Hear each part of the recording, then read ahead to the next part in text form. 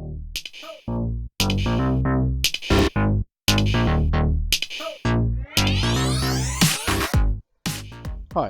my name's Lenny and welcome to Lude 3D. So today I want to run through a quick demonstration of how I created my own Maker's coin, which is a design you might have seen made by Angus on Maker's Muse, which is a really cool channel for 3D printing. If you haven't seen him, I'll put up a link here and go check him out. So this is what the design's based off, and I just really liked it, thought it was neat, and thought I'd try making my own in Tinkercad. So, just to let you know, I am quite new with 3D printing. I've only had a printer and been playing around with Tinkercad for the last couple of months. So I'll probably make some mistakes and... God, Java. So, I might make a few mistakes. If you have any tips or feedback, leave it in the comments under the video, and I will see if I can address those later. So let's get started. So with a new Tinkercad project, the first thing I always recommend is putting a ruler on the work plane. So that just makes it a lot easier to see all your dimensions of all your objects that you put out there. Okay, and so now I've got the ruler there. Now the basic shape I want to start with to get the general shape for the coin is just a sphere. Now you could use the basic default Tinkercad sphere that comes on Tinkercad, but you'll find once you blow it up you do get it's a fairly low polygon sphere, so it's not the smoothest sphere you can get.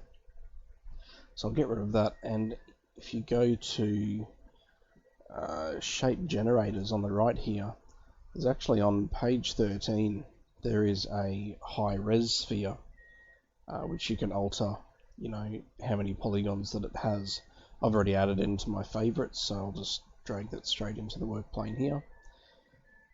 So you can see here it brings up a little box, so you can adjust the size of it. I'll just set that straight to the radius. I want my coin about 50 millimeters in diameter, so the radius of the circle I'll set to 25 millimeters. And so that should be 50 millimeters across. So, and the resolution, I'll bump that up to about halfway, which gives you a much smoother sphere. You can go higher, depending on your internet connection and all that. Higher resolutions can slow down saving and just general working with the project. So that's just what I've found anyway. But anyway, so that'll be the basic sphere I start with there. So what I want to do is just to get the basic shape. Now the reason I start with a sphere, and I'll leave it about 50 millimeters high as well, the reason being so I get a nice subtle curve on the edge of the sphere, which will translate into the profile of the coin later. So what I want to do is just get a box. Pop that out here and just drag that out roughly, look, just a bit bigger than the sphere itself, and we'll turn that into a hole. So we'll be using this to cut part of the sphere off. Now, so I want the coin to be about 10 millimeters thick, so I want about the 10 millimeters in the center of the sphere that I'm going to cut out to use as the coin. So see this box, it's already 20 millimeters high, so that's fine. I want to cut 20 mils off the bottom, and I'll just duplicate that with Control D and move that up to the top of the sphere.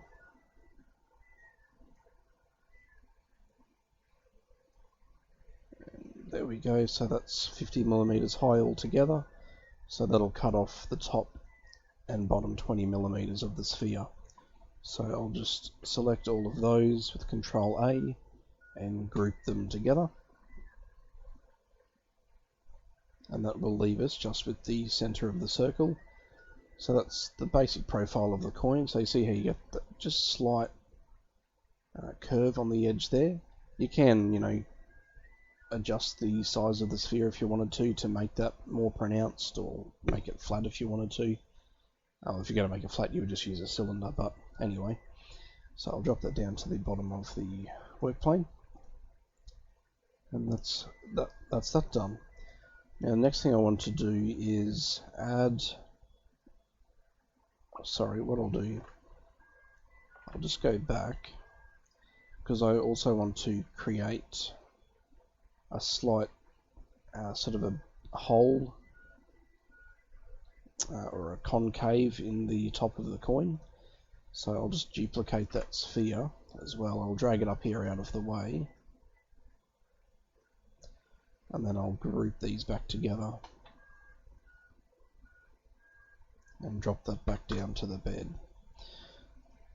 So now with this section here, now I want the concave to go about halfway down, so about halfway the width of the coin, so we'll make that about 5 millimeters down, which means the bottom of this will be 5 millimeters off the work plane, just to make it easy. So under here, I'll actually squash this sphere down a little bit, like so. Let's make it 20 mils and see how that goes, and turn it into a hole. So we'll drag that down, so you can see how it's 5 millimeters now off the work plane. So then we can just tweak the size of it like that, to sort of spread it out across the top of the coin. Now we are going to add some little divots around the edge of the coin as well, so it doesn't need to go all the way to the edge. It's probably better if it doesn't. So we'll sit about there, and we'll just go with that for now. So now again, select those and group them.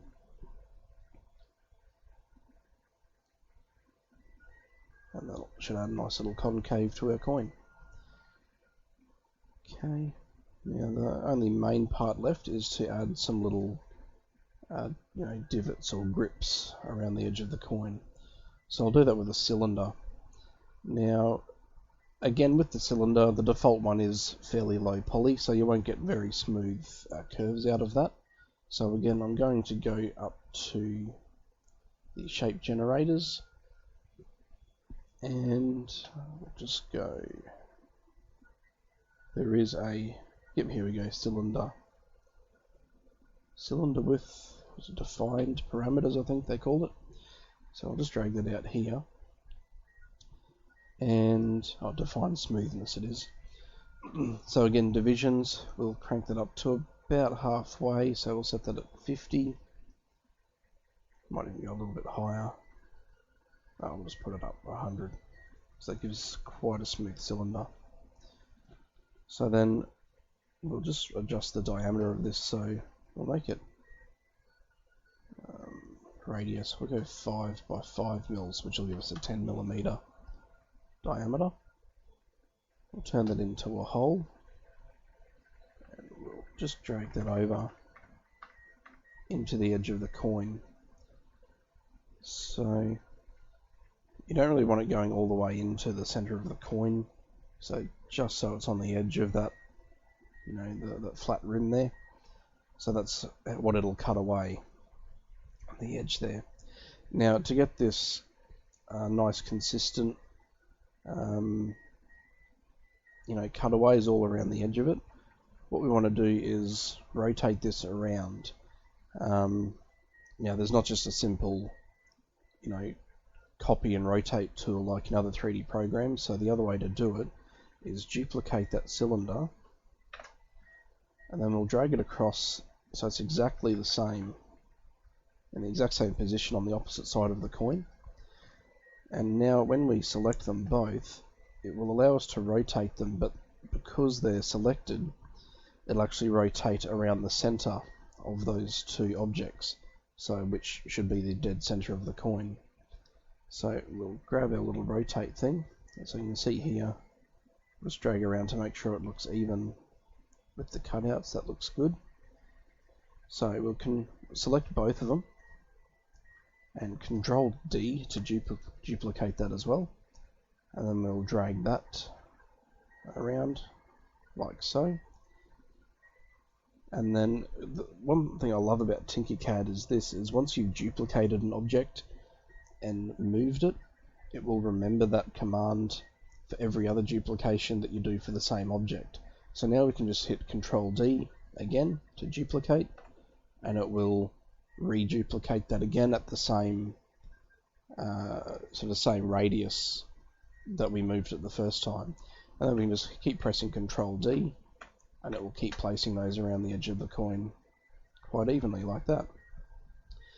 And that looks good to me, so I'll select all of those and we'll group them together. And there we go.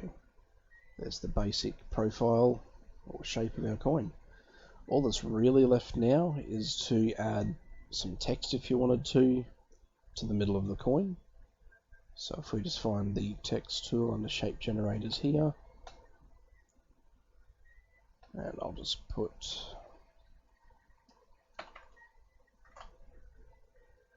my Lude 3D there.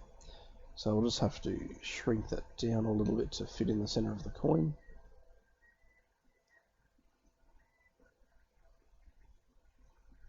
There we go, and I'll just align those just to make sure it's all centered. And we'll turn the text into a whole and group them together again. And there you have it. So obviously there are probably other ways to do this. One thing that you can't really do in Tinkercad is add fillets or chamfers easily to the edges, especially multiple edges like this. If it's just a straight edge, it's fairly easy. So you could export it to a different 3D modeling program if you wanted to make these edges a bit more rounded and nicer to look at. But that's just a basic shape there. Remember, if you are going to 3D print this, make sure if you do have text that obviously you have the center of any letters like that actually attached to the main body, because otherwise that's just going to print and not attach to the object. So other than that, that's pretty much it for now. It's quite easy to do. Once you've worked out how some of those features in Tinkercad work. That's it. Any other questions or comments, or requests, leave it in the feedback or comments below. I will hopefully be creating some more videos in the near future once I get a proper camera. I don't really have a camera at the moment, which is why I'm doing this style of video. But I will have a filament review coming very soon, and hopefully some other cool videos as well, so stay tuned. I hope that helped you in some way, hope you learnt something.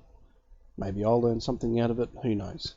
Until next time, thanks for watching.